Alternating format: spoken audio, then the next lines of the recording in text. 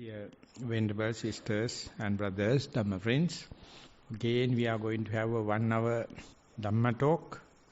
That will be the end of this series. May everyone settle down for the talk and give the consent with 3 times sadhu, sadhu, sadhu.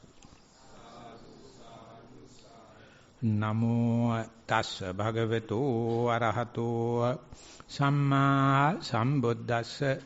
Namo tassa bhagavato arahato samma sambuddhassa. Namo tassa bhagavato arahato samma sambuddhassa. Samadhiं bhikkhave bhaveta samahito bhikkhave yata bhutang janati passati iti. Dear Venerable Sisters and Brothers, Dhamma friends, this is one of the stock phrase Buddha used to be used in many occasions. In this particular one also, the Buddha is telling, or bhikkhu, or means mendicants, please develop concentration. And his general advice is to develop concentration. Bhikkhu who is concentrated, once the mind become concentrated, they can see, they can understand things as they are. That is called yata bhuta jnana darshanaya. So, if you wish to understand something, first and foremost thing is, your mind must be calm and concentrated. Some people say it is as concentration, some people say calmness. So, whatever it may be, it is one of the happiness on the earth as a human being. Usually it is attributed to the celestial beings.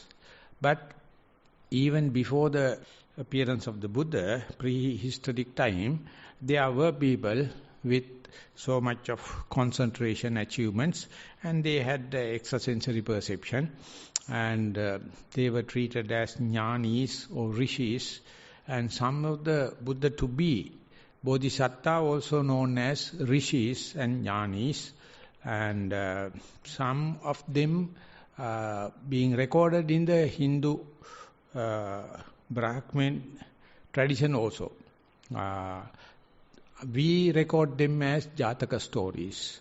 There are some parallelism, and they were highly venerated even before the full enlightenment. So after the enlightenment, the Buddha declared there are 2 methods to achieve the final emancipation. That's the Chitta Visuddhi and Panya Visuddhi. Chitta Visuddhi means that by purifying your mind and uplifting your mind, you can see things as they are. And other one is with the wisdom, with the quick wit.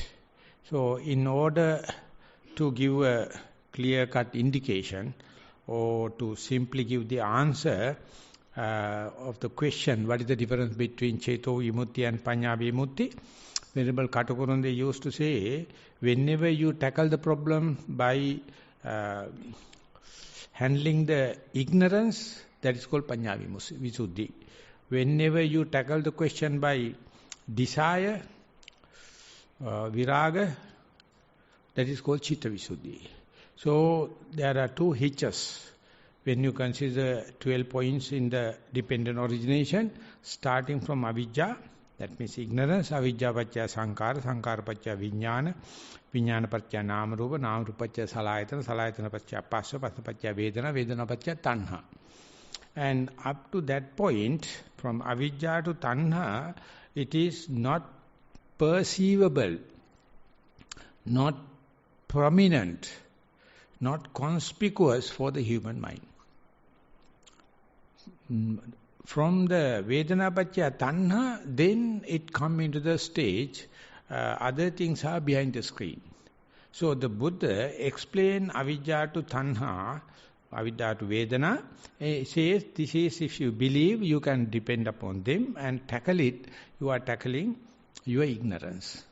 And once you started it with the tanha, that is desire or raga, and if you develop in the opposite of viraga, then there is a liberation called Chitta Visuddhi. So this is the Samatha way and Vipassana way for if you wish, if you have any doubts about. Both are accepted. So even before the enlightenment of the Buddha, the Chitta Visuddhi were there, but no Chitta Vimutti. They were highly developed up to the 8th jhana. See, the Buddha went to the Alara Kalama and Udrakarama Putra, and they were teaching 7th jhana, 8th jhana, that is subtle sphere jhana, and many had the Rupa jhana, first, second, third, fourth. Even as a Prince Siddhartha, 7 days old, he showed this kind of miracles while the father, the king, was plowing the land. So it was there. But it was not meant, it was not geared, it was not spearheaded to the cutoff from the tanha, because whenever you gain absorptions or access concentration, and first jhana, second jhana, third jhana, fourth jhana, it's very difficult for you to disclaim it. Very difficult for you to disavow it. Because it has a kind of attraction. It appears like your own achievement. It is called Nikanti. So therefore, you have to develop it, but you have to get a distance from it. You have to disclaim it. You have to disavow it. But that was not recognized, and such a revolutionary approach was not there before the Buddha. So therefore, anyone achieve first jhana, second jhana, third jhana, fourth jhana, fifth, sixth, seventh, eighth, they were highly respected, and they claimed we are superhuman. Buddha also mentioned this jhanic achievement as superhuman, but not beyond the sansaric orbit. So the Buddha, he went through these methods, this jhanic path, and he found it's a kind of a subtle attachment to these jhanic experiences. For example, when you go to the Udrakarama Putra, he was already endowed with, achieved with the 7th jhana, and within 2 weeks, he achieved the 8th jhana. And then his teacher was so elated and awful, tell, you are the best disciple, and definitely you will carry the lineage. Please share the disciples. You will take 250, I will take 250. You can be the other assistant to me. And it was a so sharp, generous statement he told, thank you very much. Your appreciation highly appreciated, but I am going in search of what is the truth. King Satcha Gaveshi, King Kusala Gaveshi. What the skillfulness? What the truth? That's a hint to the Udrakarama Buddha. You achieved this, but you have not made use in order to jump over. He is at the end of the diving board, but he has not put a somersault and jump into the swimming pool. He is at the end of the tip of the diving board. And present day, if you take, going up to this 8th jhana or 7th jhana is not a joke. It needs so much of macroclimate and the microclimate adjustments, then only you can go. And present day, many people claim, many monks are claiming, I have this jhana, that jhana, but no one can say yes or no. They may be a hallucination. They may be their own mind babies. So Buddha says, don't disclaim them, don't claim them, don't tread them, don't accept them, because usually it is a difficult thing to understand the concept or a reality. Whether your achievement is a concept, it's a mind-made, or it's a reality, very difficult. Possible, that is to say, if you are claiming that I have 4th jhana, people, those who have 5th jhana, may question him and recognize him little by little. So whenever Jnanarama used to say, if someone is claiming, don't argue, let him have. No harm. The arguing means he is claiming it is my achievement. I am the person achieved it, so therefore samahita or achieved person must have radical reflection, that particular achievement, that particular telescope and the microscope to see through. But usually he take it as a garland. He take it as his own prestige. Very difficult to help. Very difficult. Because it's a great achievement. But they are good people. They are not happy with the better. They are not happy to go to the betterment by sacrificing the good, because the good is a difficult deal, difficult task. So therefore we have a statement in Nissarana, if you are born lucky, you are unfortunate. Your luck is the barrier for you to go to the next stage. Because hard-earned goodness, very difficult to give up. Even you know there is a betterment. So whenever Jnanananda was, so he was not hinting, he was not undermining, but try to share it with us. When I was just as a layperson, he started this Nibbana ceremony, sermons, and keep on teaching. So today we are going to discuss about the fourth noble truth, that is Nirodha Gamini Patipada.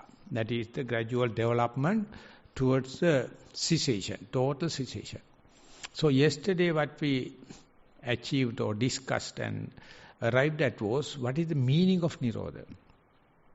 Nirodha means, if you understand a phenomena, whatever it may be, uppado panyayati, vayo panyayati, tasa anya tattam panyayati. That is the phenomena. It has its own origin. That phenomena has its own cessation. In between there is a evolution. There is a revolution. And we in meditation try to see the middle path. The breath we understand. In-breath is cooler, out-breath is warmer, and sometimes in-breath is shorter or long, or out-breath is short, long, and in the nostril, left nostril, right nostril, at the throat, whatever may be. So that means you understand how it is changing. But if you wish to see furtherance, if you wish to see the development, you have to see the beginning of the breath. Then it's a task. And then one person today try to report, try to see the beginning of the breath, then it is a headache. Your mind become pulled. Mind become tense because you try to see the beginning immature. It has to mature up to the certain level, then only you have to divert to see the beginning. It says when you pluck mango unripened, you can force ripen them by giving chemical them, but it's very sour in taste. But if the mango is ripening at the tree, it will fall down naturally, very sweet. So therefore don't eat sour mango. All the yogis are eating sour mango. Any interview report ending up with question means they are chewing sour mango. They have not given the tree, the mango, to get it ripened. Then when it is ripening, that sour taste will change into the sweet taste. That's a process we call ripening. So before ripening, you can pluck them and do. This is the way the fruits are coming to the present day Colombo market. All these are forced ripening. So they are putting a special advertisement. No, it is ripened at the tree. Gahe idicca amba. All are just advertisements. So yogis are also the same. So how can we compare with the samatha and vipassana discrimination with this ripening area? Therefore, it's very difficult, it's a complicated thing. Buddha never take the responsibility. He says, once you achieve samadhi or concentration, you are in trouble, darling. I will give two examples from the canon. If you read the first sermon in the canon, in the Digha Nikaya, Brahmajala Sutta, it says 62 trap holes or potholes on your path. 49 for jhanic achieved people. If we achieve jhana, there are 43 points you get trapped. The balance 13 is for the highly intelligent people. So all the misunderstanding, all the wrong understanding, wrong views for the people with good concentration and good wisdom. Normal citizen Jones, they don't have these kind of top class questions. They have the question about the bread and butter. They want to earn something.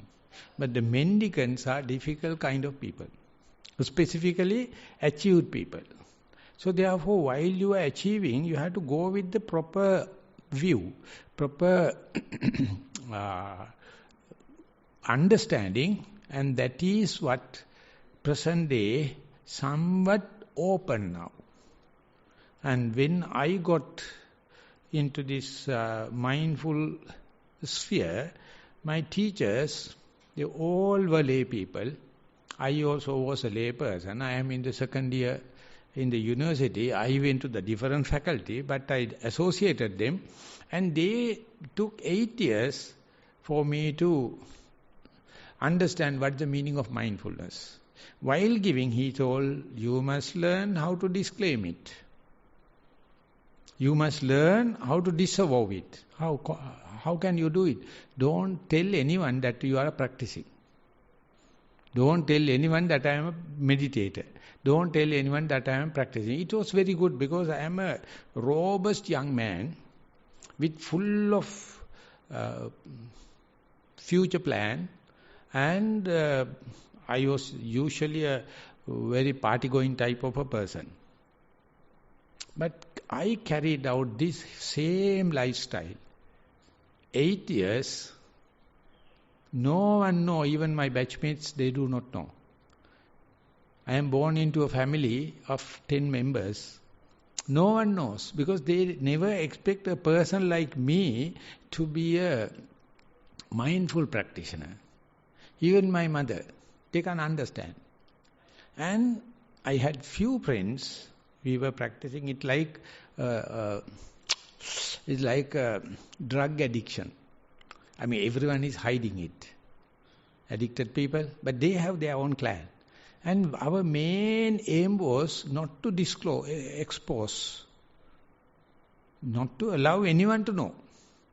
So my mindfulness was growing together with not to show that I am a meditator. So therefore, this, even if you get the concentration, even if you get the absorptions, if you do not know how to disclaim it, disavow it, then it becomes a cancer. It's carcinogenic. It's a growing thing. It's a tumor in your brain. It will disturb you. So now I have 40 years of experience. I'm living with the meditators because after becoming a monk and come to the Nissarana Vanaya, the situation was very open and this place was meant for meditators. And then I had about 20 years cut off from the whole world. Just learning, and I'm just a beginner and learning, and luckily the other core meditators, other fellow monks are also meditating. And I am no one. I am just the last compartment in the train. Train is climbing the mountain train. Udarata, Maniketa, Patakuda, Deka, Dadabada. I am just in the last compartment. And I found all the other monks also got the same lesson. They are not claiming they are meditators.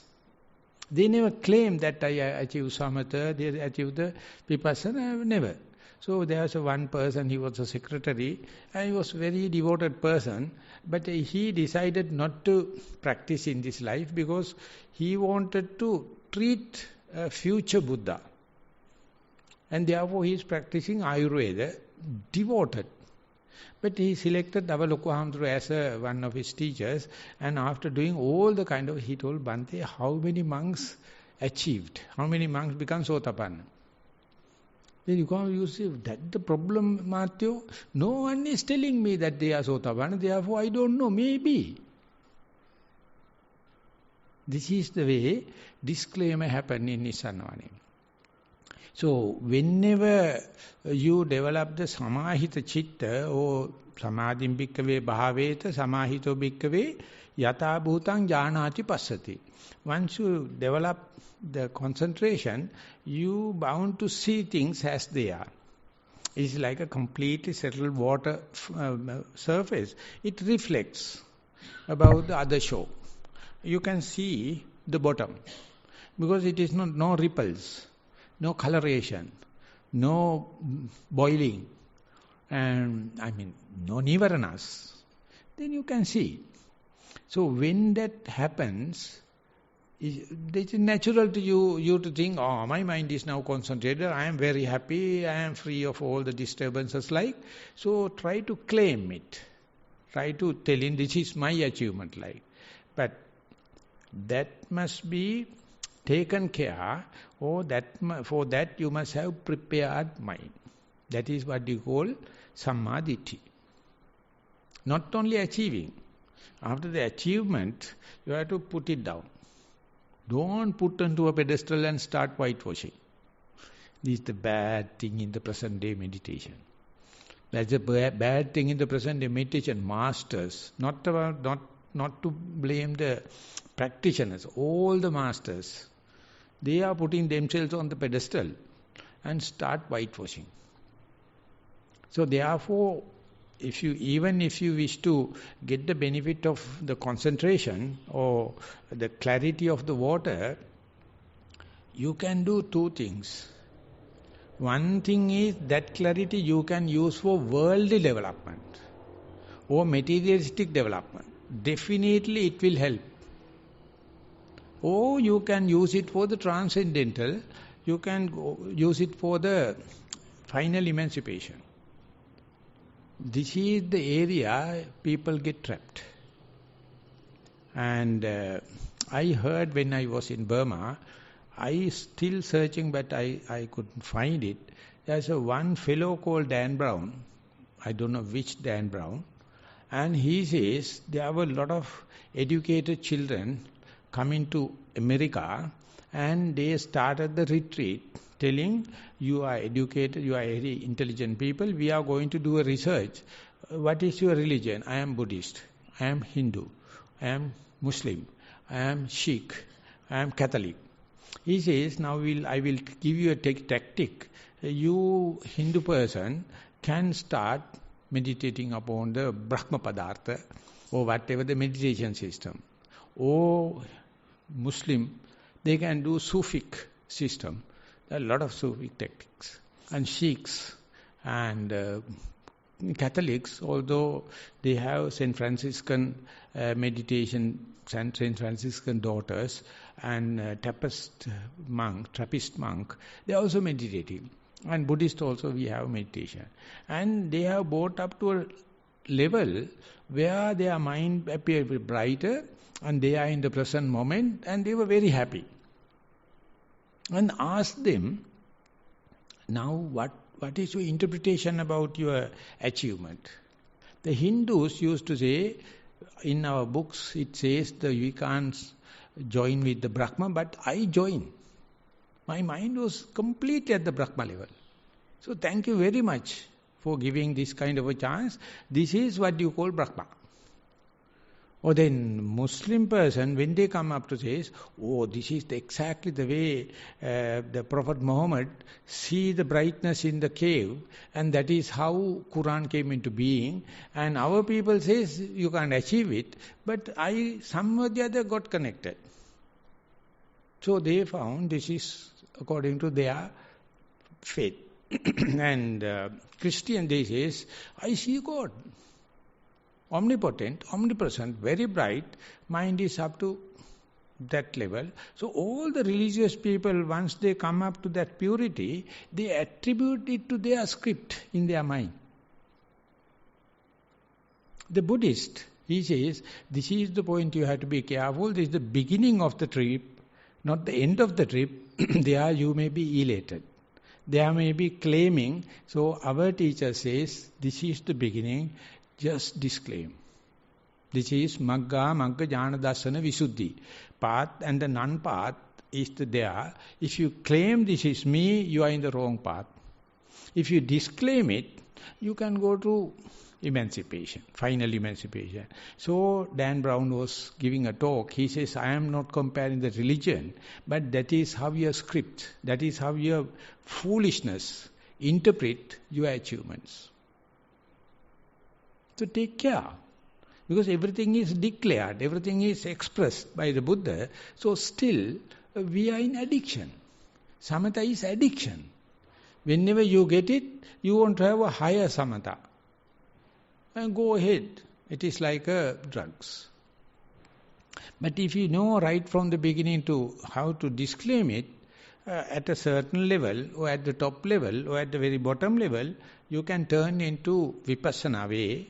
Whenever Jnanarama used to say, there are 17 junctions where you can take off from the samatha and go into vipassana.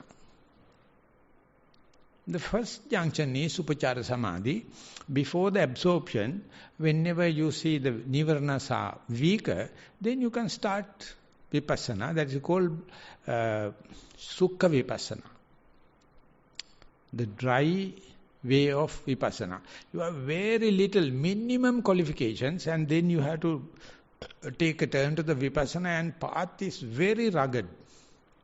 Each and every difficulty you have to work and you have to come to the proper decision, and that is called dukkha patipada. But each and every hurdle you learn something. Each and every hurdle you sharpen yourself. Each and every hurdle you become immunized. And teacher has nothing to do. Teacher is only giving a correct view. Whatever it happens, you have a basic samatha, basic concentration. Each and every time you have to impromptu produce it. Then and there you have to produce it. And then go to the vipassana. Then the distraction happens. Then you are in trouble. And again come back. And again you start with the beginning. Again go to the Upachara Samadhi. And then go to the vipassana and come back. So it's a historical, it's called, you are developing your own history. Case history. And therefore your journey is genuine, unique to yourself. And some people may come with the first jhana, they are a little better off. As if now, instead of walking to the junction, you can have a bullock cart or you can have a three-wheeler and go to the junction, and from the junction you can take a bus. So likewise there are a lot of vehicles. Each and every time you go to the higher jhanic experiences, the path is clear. But without telling I can go, but I am telling you, for lay people, the maintenance of jhana is a hell. Even if you earn it, how to make your livelihood at home, to practice regularly 6-7 years, hours a day, or walking time, and all the kind of thing, difficult. But there were some cases, even during the Buddha time, the lay people achieved them, but they are well-to-do people, they can organize their life, and they can do it, samma ajiva, they can prepare.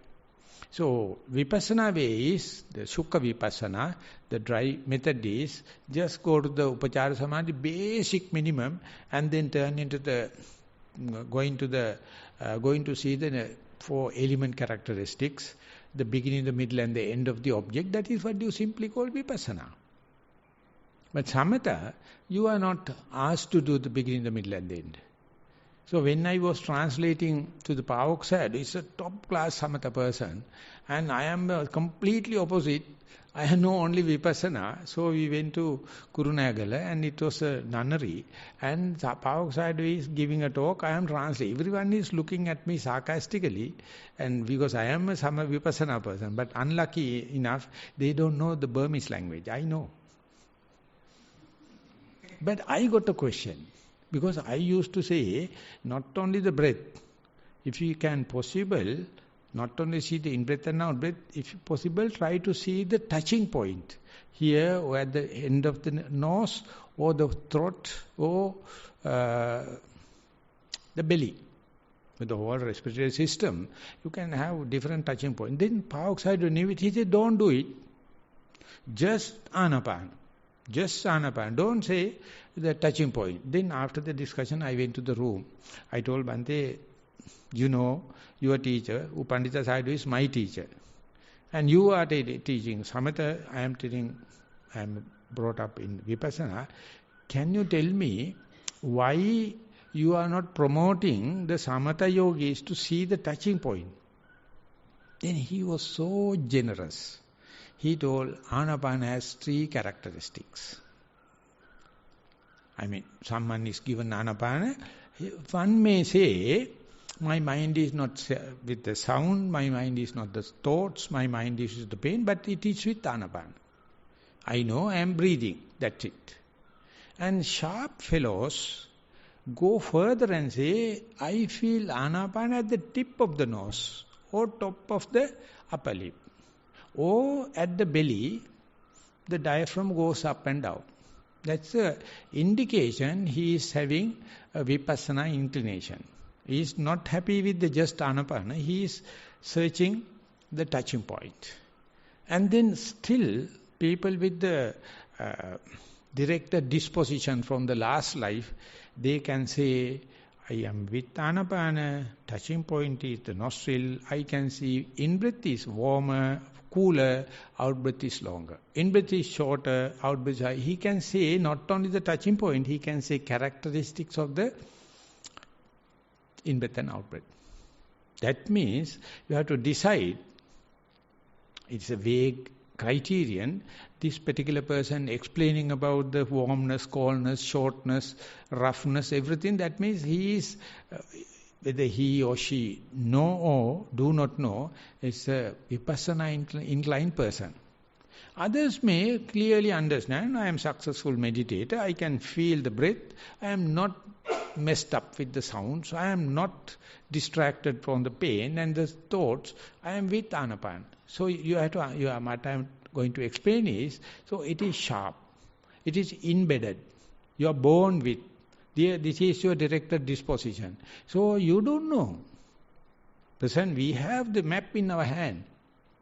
So teacher is take a clue. Yes, is Samatha, is Vipassana.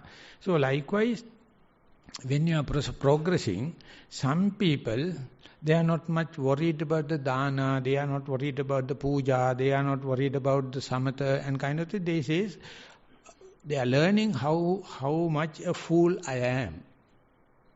Understanding one's own foolishness. Who am I? What am I? Whenever raga happens, what is the reaction? Whenever dosa or hatred happens, what is the reaction? When it's a moha or the sleepiness happens, what is the reaction? So he let raga dosa moha to arise or difficulties on the path to arise. He tried to see as an independent third party person, what is my reaction? It is a very sharp thing. It is not your teacher. It is not the police. It is not the Supreme Court judge. You are sharp. So, beforehand, mind must be very clear and let the thing to happen, choiceless awareness. Let the thing happen, evenly suspended attention, but suspended decision. Don't decide, I am Samatha person, I am a Vipassana person, this is my reaction, I have liking and disliking. What he is doing is, he keep bookkeeping, recording, when such a thing happened, I had a dislike. When such a thing happened, I had a liking. So he can clearly indicate, in my sitting meditation, my object of meditation is the breath. I am successfully be with the 1 or 2, 3 or 4, 10, 20 breath cycles, and then a sound happens. Mind was wandering and I was unhappy. Even with such a effort, mind is just jumping without a notice, here and there. So teacher says, okay darling, it is not you. It is something happened. It is not a willful action. It is not a volitional activity. So if you are unhappy, you can't study the event. You can't see Athabhuta Jnana Dasana. Just observe it as if someone else. And then you will understand, that means you have self-sympathy. You are sympathizing or say, this is mine. This is not my mind, something happened. If so, if you have that kind of observation, you can come back to the primary object because mind is not bewildered. If you are angry, if you are with padutta manasa, you will ever hating, you will think that particular person only cough. Therefore my mind was distracted. And that thought happened. He hate thoughts. That sound happened, this pain happened. So he is searching the doctors and insurance corporation and life insurance. All nonsense. Because he do not know how to not to react. Apannaka patipada. Non-reaction. Non-coercive practice. So, Venerable Rahula, the Ampitiya Rahula, he was a very elderly monk, passed away recently after 100 odd number of years. So I used to go to him as a layperson because he was near in Pera. Then he says, he called my by name, he said, to practice, you have to be enlightened. Then only you can properly practice. By practicing, you never get enlightened. Because whenever you are practicing, you are biased to the liking and disliking. No one is teaching you. So therefore, first you have to understand Nirodha, you have to understand the cessation of the in-breath, cessation of the out-breath, and one day you will see the cessation of hatred. Because you are looking at it, you are not hating it. If you are hated, you are looking at it, look at the hatred with the sunglasses, tinted glasses. You have to see the desire as desire. You have to see sleepiness as sleepiness. So that preparedness, this is a very good opportunity for you to understand, even you are a meritorious person, if you have achieved, still impediments can happen. Whenever it happens, that become impediment if you react, not otherwise. So in quantum physics, I am very happy to repeat it, Schrödinger understood it in a different perspective. He told, Schrödinger energy wave will collapse into matter whenever consciousness interacted. If the consciousness is not interacted, they are energy. They are not collapsed into matter. They will never become quantums. So our consciousness is the what? Storytelling, fabrication, and then whenever breathing happens, we presume no, there won't be any thoughts, there won't be any sounds, there won't be any pain. Whenever it happens, you get agitated. You become a reptilian. You become a beast. You become a mad monkey. And you complain and telling, no, I am such a practitioner, I sacrifice so many of things. How come the thoughts? How come body pains? How come sounds? I would have gone through thousands of interview reports. But this is my way of life. So I can understand, beginners, that is natural. At the beginning, you have to have a certain amount of lack of sounds and lack of thoughts and lack of pain kind of a situation. But when you are developing, if you are samatha yogi, ever you will be a crying baby. Ever cry. They make so much of excuses. But the day you start little bit of vipassana, they will just look at the impediments, if it's a minor thing, and the beginning of the impediments, middle of the impediments, end of the impediments. So before that you must know the beginning, the middle and the end of the primary object. Then you are tackling with beginning, the middle and the end of the impediments. Then you understand the end of the impediment is a happiness. End of the toothache is not an ache. End of the headache is not an ache. End of any unpleasant situation is a pleasure. It's a pleasure. So, Pollyanna says, you must try to find a reason to be glad under any circumstances.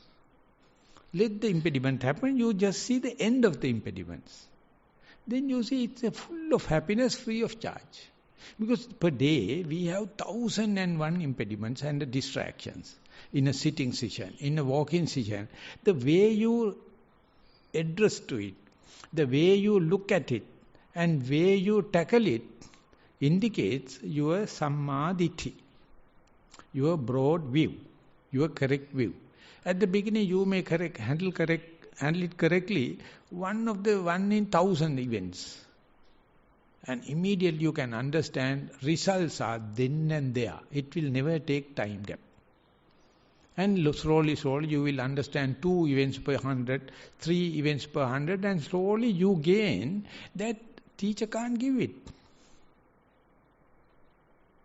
And the lucky thing is, you must not handle 100% details of the impediments to become enlightened.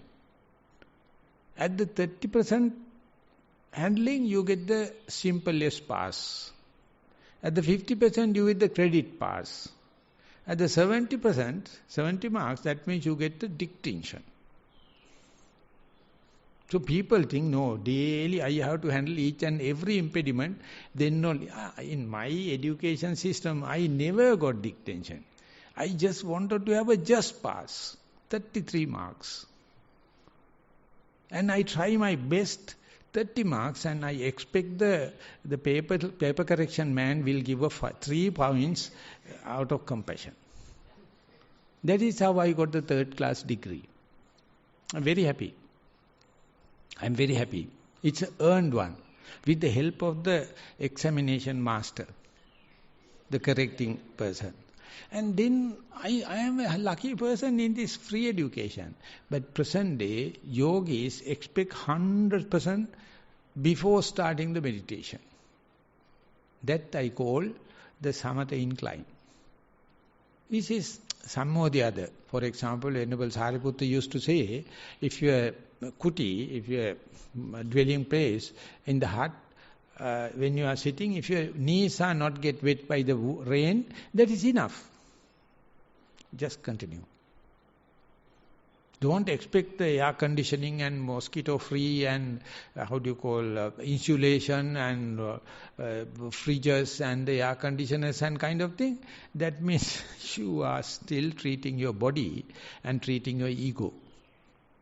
Present day meditation centers, when you go there, what the meditators are expecting, they want to have an intercooler vehicle and a highway, non-stop, and just go in and embark in the Nibbana.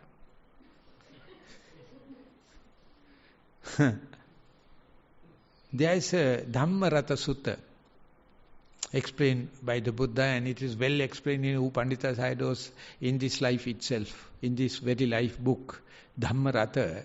The Buddha explained what is the vehicle you are in for Noble Eightfold Path. Mind you, even after the enlightenment, even after the Samma, the omniscient knowledge, you have impediments. Still you have to tackle it. That's why even Arahants, they were practicing. After the enlightenment, what is the use of practicing? So when I finish exams with the advanced level, I throw my books all to the deep end of the bed. I never look at it because finished, not necessary again. If I get failed again, I have to pull it and study it. So I never expect perfections. That's why I am so successful. And the impediments, the amount of impediments I am tackling per day, I can write it and I can get the Nobel Prize. So much. Even after becoming a monk. Even after sacrificing so much of years for meditation. And in the Nissarana and in the Satipasala and the international traveling and handling, so much of things, but I know how to reduce them. Use it through the lens, everything I see in a reduced way. It's a convex mirror, everything appears there, just like a driver's mirror. Everything appears, but everything is smaller. So people come and say so much of things in the detail and kind of thing, I just listen. It's unfair to not to listen. But put into the dustbin. So when you are living in household life, when you have children, when you become a teacher, when you become a doctor, when you become a lawyer, you can't do it. Because you can't have a career then. That means you can't have money. So you appear like very sensitive to the past and the future, other people and other places. That means opposite of the mindfulness. You are not here and now. So to have the Samadhi, the basic thing is you must have concentration. I mean, water body must be clear. Then you can see. And then you have to use it for the Nibbana, for the Nirodha Gamini Patipada. But many people, I am very sorry to say, American Buddhism is business Buddhism. So when I start the Satipasala, we wanted to get the attention from Venerable Bhikkhu Bodhi. I told Bhante, I am coming to the Chuan Yin, and I wanted to meet you for even 5 minutes. He says, no problem. So I told Bhante, we started Satyapasala. What do you mean Satyapasala? The mindful school? Then he said, are you also behind dollars? Because mindfulness is a multi-billion-dollar business. Then I said, what do you mean? I know what is happening in America. They are not generous. They are not observing the moral restraint, not concentrate. They are talking highly on vipassana and they are talking highly on mindfulness, and teachers are earning like anything. Then I told Bhante, I'm sorry, it is not the way. We give completely free of charge. Okay. And next time also I went with another 15 minutes video. He is not taking time.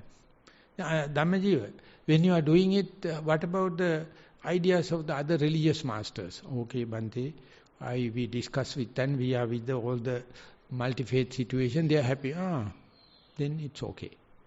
And again ask, how is then it is still spreading? Okay, then we'll see the video. Third time only, I recommended yogis to see it. Because so much the business Buddhism become business. Therefore, yogis are utterly trapped.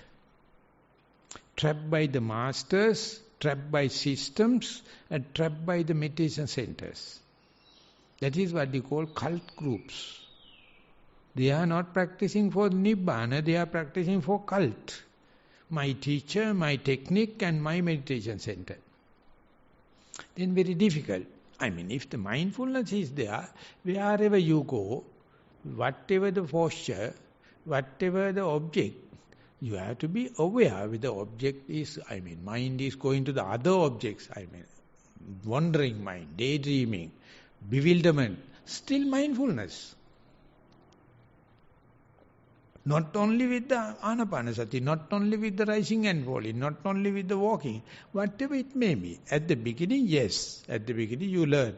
After a while, you are adjusting yourself. So therefore, for Noble Eightfold Path, first and foremost is Samadhi. But in the junior schools and the Sunday school, we are being taught Sila Sikha, Samadhi Sikha, Panya Sikha. First Sila, then Samadhi and Panya. But when it comes to the Noble Eightfold Path, Panya comes first. Samadhi. And then Samma Sankappa. If your ditti, if your perspective, if your view is correct, your thoughts will be correct. And when the ditti and thoughts come into align with, first and foremost is you have to think about your words. How many unwanted words you are using in household life. When the artificial intelligence increases, when the communication increases, everyone with the phone. And says, in future, girls will be evolved into have a bent knee, bent head, because they are always like walking like that. Not that boys are not doing, they are also doing. So it happened us to go in the tube in Chiswick, London, And I was entertaining everyone on the train. They are utterly concentrated. Utterly concentrated. Even anything about they don't know. This is the word. So therefore, they are not talking. That I have to remark. They are not talking. But if you go to Sri Lanka, if two get together, chattering, no end. So Samma Vacha, that is only the human being can use the language. They are utterly misusing it. That's why these communication companies are prolific. Because we are talking. SMS, phones, telephone, and the television, radio. If you get into a private bus, and music from the beginning to the end. So whole world is chaotic. Therefore, if at all we can teach them to animals because they are dumbbound, they will get enlightened quicker. They are just shouting, that's it. And then Samma Kammanta, not a single job on the earth, fair enough. Everyone is exploiting others. If you know, please let me know. Any job which is not exploiting, any job which is not contributing to the global warming, any job which is not contributing to the pollution. All industrial countries, they are talking about the global warming and conferences and others, but they can't withdraw their production and the creativity because their industrial revolution did a great destruction for the human clarity and upliftment.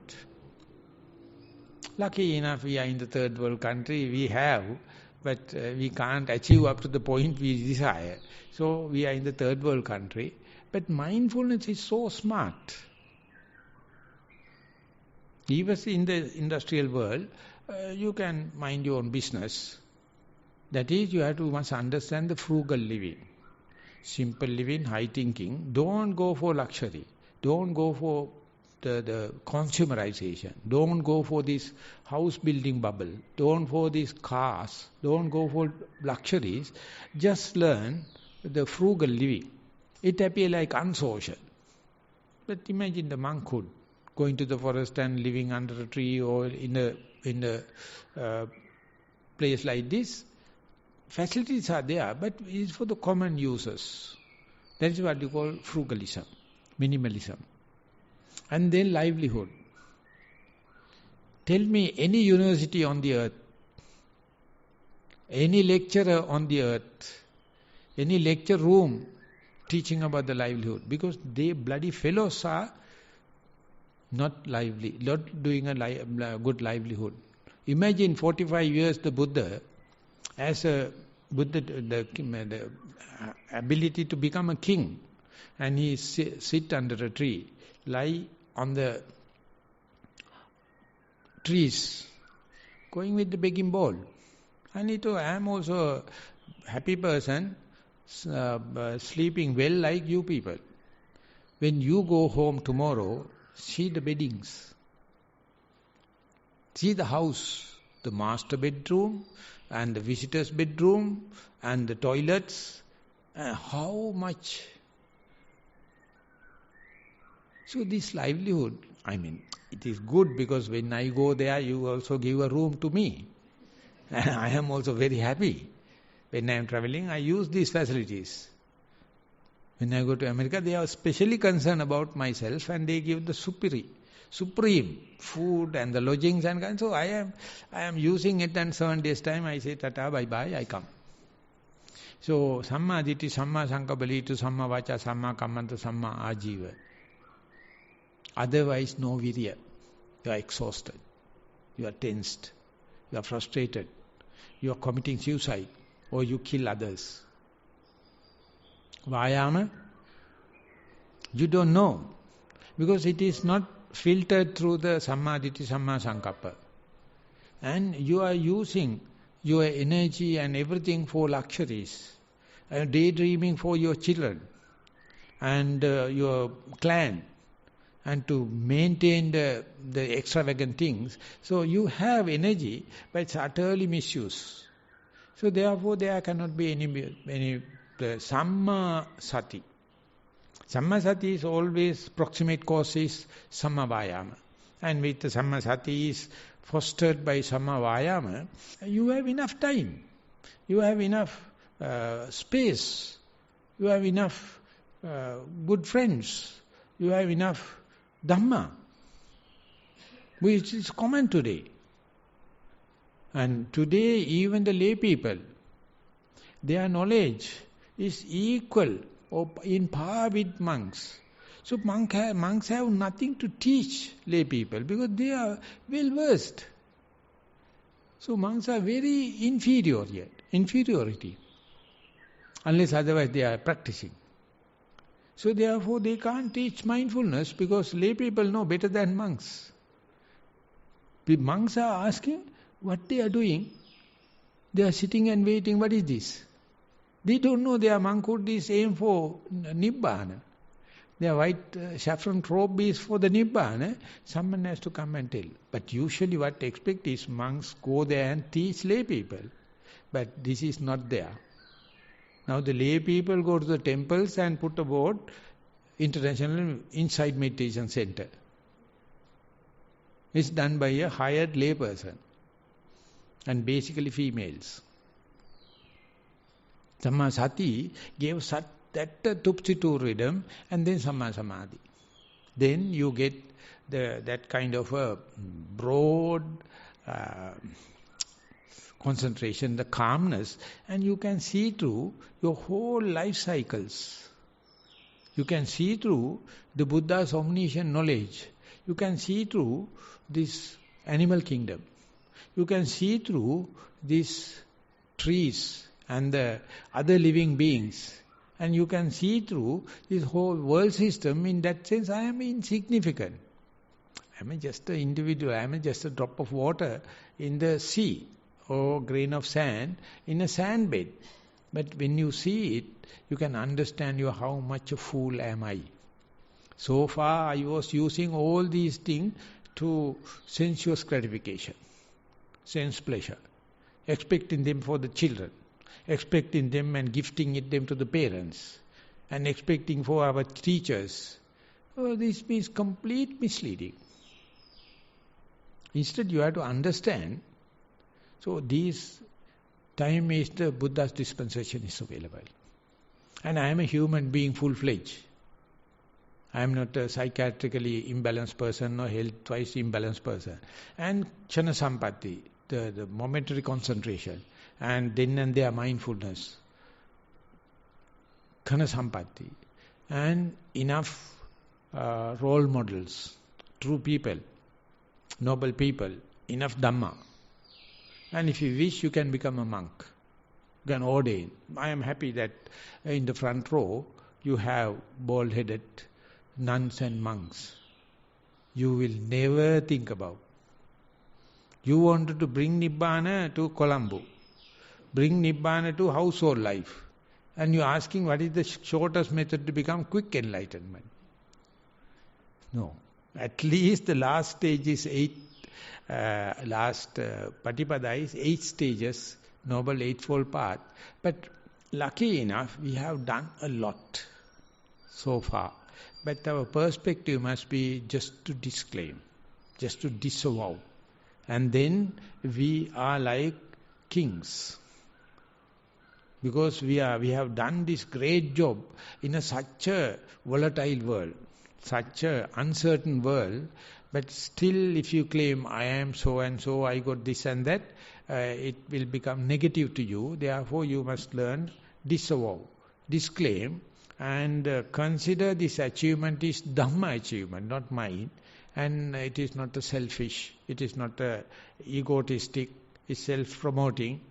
And even if you are not completely clear, if you know so much so I am self-promoting, self-centered, that's enough. so that others can help you. Otherwise you become very arrogant, difficult. So therefore we have done that so far. It's so good. So for the balance, it's only the matter of correct view. With that remark, I am going to sum up the day's talk. Thank you very much for listening. This will be the last talk in the series.